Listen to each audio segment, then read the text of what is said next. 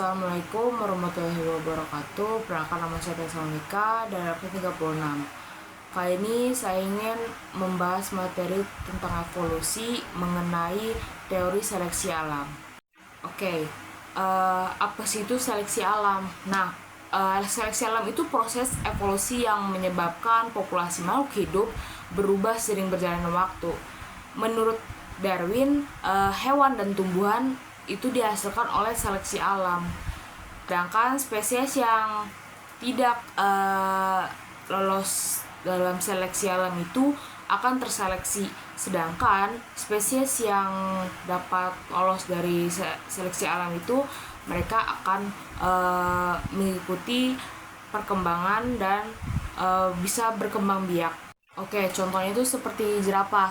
Nah, jerapah itu kan ada dua jenis. Ada yang lehernya panjang, juga ada leher yang pendek.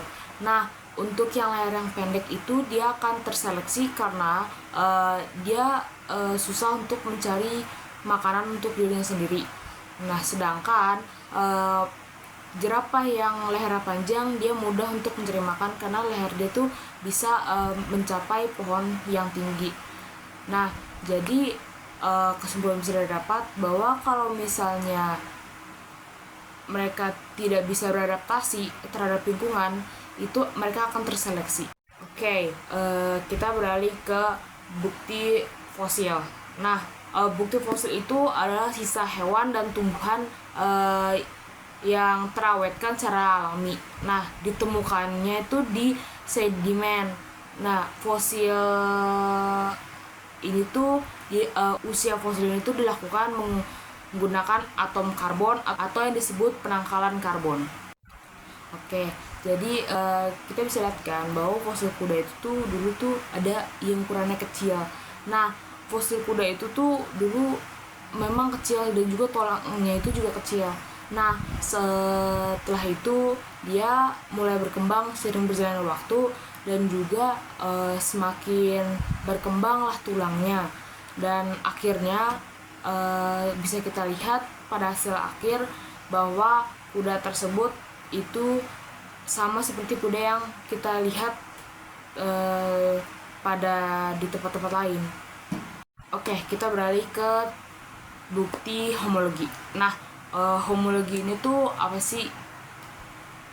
Bukti homologi itu perbandingan struktur hewan dari berbagai film yang menunjukkan adanya kesamaan yang kuat dan adaptasi dengan lingkungan yang berbeda. Nah, contohnya itu seperti ini. Ini tuh kan ada tangan manusia, kaki kucing, sirip paus, dan juga sayap kelelawar kan.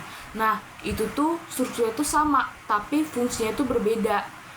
Untuk kita lihat tuh bahwa fungsi mereka tuh berbeda-beda, dari tangan, kaki kucing, untuk sirip paus dan juga kelelawar. Selanjutnya kita ke bukti analogi.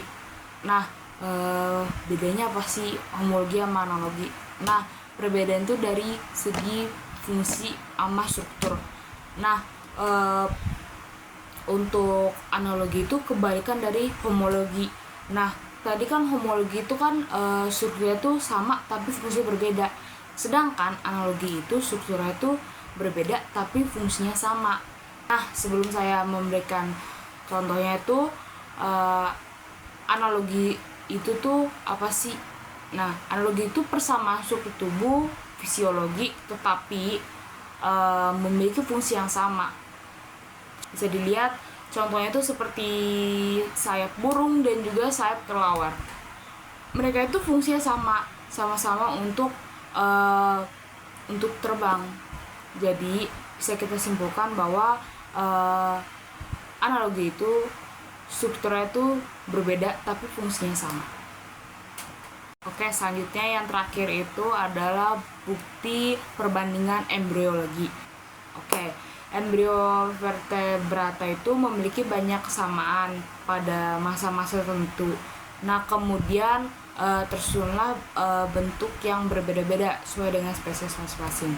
Kita bisa lihat kan pada kolom pertama itu mereka sama, embrionya sama semua, dan pada kolom yang kedua mereka sudah mulai berkembang mengikuti spesies mereka. Dan untuk yang kolom ketiga, tahapan ketiga itu mereka itu udah mulai berkembang dengan spesies mereka masing-masing, menyesuaikan dengan spesies mereka masing-masing. Jadi mereka itu meskipun dari awal itu embrionya sama, tetapi mereka itu mempunyai spesies mereka masing-masing.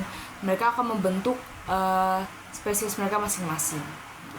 Jadi kesimpulan yang bisa kita dapat itu adalah bahwa di muka bumi ini itu banyak spesies makhluk hidup yang memiliki kesamaan bentuk ataupun fungsi.